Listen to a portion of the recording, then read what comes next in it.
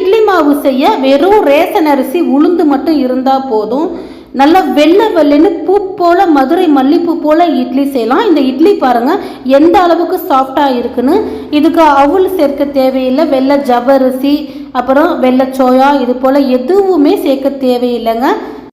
நான் மாவு அரைக்கையில் ஒரே ஒரு பொருளை சேர்த்துருக்கிறேன். சேர்த்து அரைச்சதுனால தான் இந்த அளவுக்கு இந்த இட்லி வந்து சாஃப்டாக இருக்குது. அந்த பொருள் எப்பொழுதுமே நம்ம வீட்டில் இருக்கிற பொருள் தாங்க. வீடியோ ஸ்கிப் பண்ணாமல் பாருங்கள், உங்களுக்கு ரொம்ப யூஸ்ஃபுல்லாக இருக்கும். இப்போ 3 கப் அளவுக்கு ரேஷன் புழுங்கல் அரிசி எடுத்திருக்கேன். அதே கப்பில் 1 கப் அளவுக்கு பச்சரிசி எடுத்திருக்கேன். 3 கப்பு ரேஷன் புழுங்கல் அரிசிக்கு 1 கப்பு பச்சரிசி சேர்த்துக்கோங்க, சரியாக இருக்கும். இப்போ இதில் 1 டேபிள் ஸ்பூன் அளவுக்கு உப்பு சேர்த்து நல்லா அரிசியை வந்து இது போல் திருகி நல்லா கழுவி எடுத்துக்கோங்க. இந்த அரிசியை நல்லா எந்த அளவுக்கு அலசி எடுக்கிறீங்களோ அதில் இருக்கிற அந்த தூசி பிசுப்பு இது எல்லாமே போயிடும். உப்பு சேர்த்து நல்லா அலசி எடுத்துக்கோங்க. நல்லா ஒரு 5லிருந்து 6 தடவை தண்ணி விட்டு நல்லா அலசிட்டு நல்ல தண்ணியை ஊற்றி மூடி வச்சிடுறேன். அரிசி 4லிருந்து 5 மணி நேரம் ஊறணும். அரிசி ஊற வச்சு ஒரு 3 மணி நேரம் கழித்து இப்போ உளுந்த ஊற வச்சுக்கலாம். அதே கப்பில் 3/4 கப் அளவுக்கு உளுந்து சேர்த்துக்கிறேன். இது நல்லா மாவு காணுற உளுந்து தான், அதனால் 3/4 கப்பு சேர்த்துருக்கேன். நீங்கள் சேர்க்குற உளுந்து நல்லா மாவு காணுற உளுந்தாக இருந்தால் 3/4 கப்பு சேருங்க. அப்படி இல்லாட்டினா 1 கப் அளவுக்கு சேர்த்துக்கோங்க. இப்போ 1 ஸ்பூன் அளவுக்கு வெந்தயம் சேர்த்துட்டு இது 2 தடவை அலசிட்டு நல்ல தண்ணியை ஊற்றி இதை ஒரு 2 மணி நேரம் ஊற வச்சுக்கலாம். இப்போ உளுந்து நல்லா ஊறி வந்துருச்சு. ஃபஸ்ட்டு உளுந்தை வந்து மிக்சி ஜாரில் சேர்த்து அரைச்சிக்கிறேன். ஃபுல்லாக தண்ணி வடிய விட்டுட்டு உளுந்தை வந்து சேர்த்துக்கோங்க. ஐஸ் வாட்டர் இருந்தால் சேர்த்து அரைங்க, அப்படி இல்லாட்டினா பச்சை தண்ணி கூட சேர்த்து அரைச்சிக்கலாம். நான் இன்றைக்கி பச்சை தண்ணி சேர்த்து தான் அரைச்சிருக்கேன். இதில் ஐஸ் வாட்டர் சேர்த்து அரைச்சாதான் இட்லி நல்லா வரும்னு இல்லைங்க, பச்சை தண்ணி கூட சேர்த்து அரைக்கலாம். ஆனால் உளுந்து ஃபஸ்ட்டு அரைச்சிட்டு அடுத்ததாக அரிசி வந்து அரைங்க, அப்போ இட்லி நல்லா சூப்பராக சாஃப்டாக வரும். உளுந்தை நல்லா நெய்ஸாக அரைச்சி சேர்த்துக்கிட்டேன்.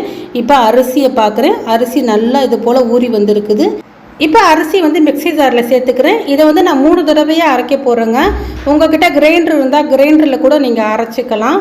நான் மிக்சியில் அரைச்சி காட்டணுங்கிறதுனால மிக்சியில் அரைச்சி காட்டுறேன்.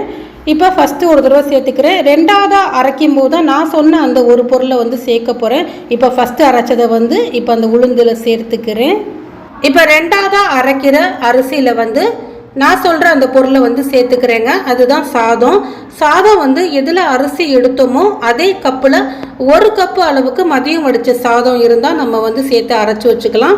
இது காலையில் சுடுற இட்லிங்கிறதுனால நான் சாயந்தரமாக இது வந்து சேர்த்து அரைக்கிறேன்.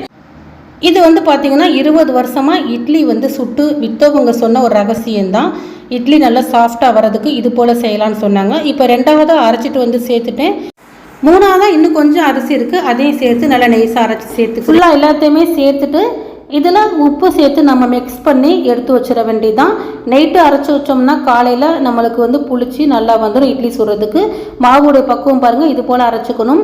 இப்போ ஒரு 1.5 டேபிள் ஸ்பூன் அளவுக்கு உப்பு சேர்த்து நல்லா மிக்ஸ் பண்ணிக்கிறேன். கை வச்சு நல்லா இது போல் மிக்ஸ் பண்ணிக்கிறேன். அப்போ தான் மாவு கரெக்டாக ஒரு பதத்துக்கு வந்து புளிச்சு வரும், நல்லா பொங்கி வரும்.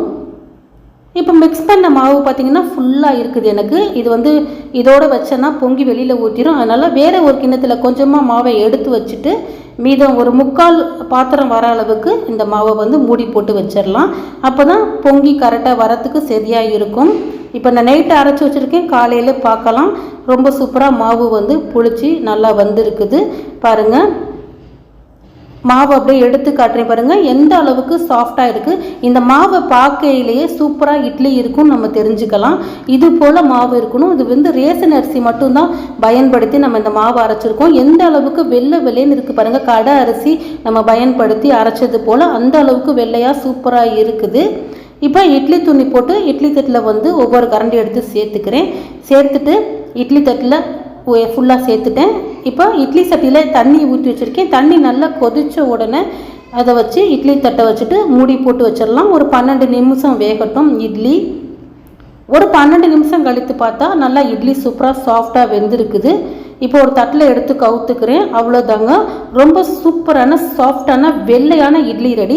இதுக்கு நம்ம வெள்ளை ஜவ்வரிசி அவுள் அது போல் எதுவுமே சேர்க்கலை, வெறும் வீட்டில் வடித்த சாதத்தை மட்டும்தான் சேர்த்துருக்கோம். அதுவே இந்த இட்லி வந்து அவ்வளோ சாஃப்டாக மிருதுவாக நல்லா இருந்துச்சு.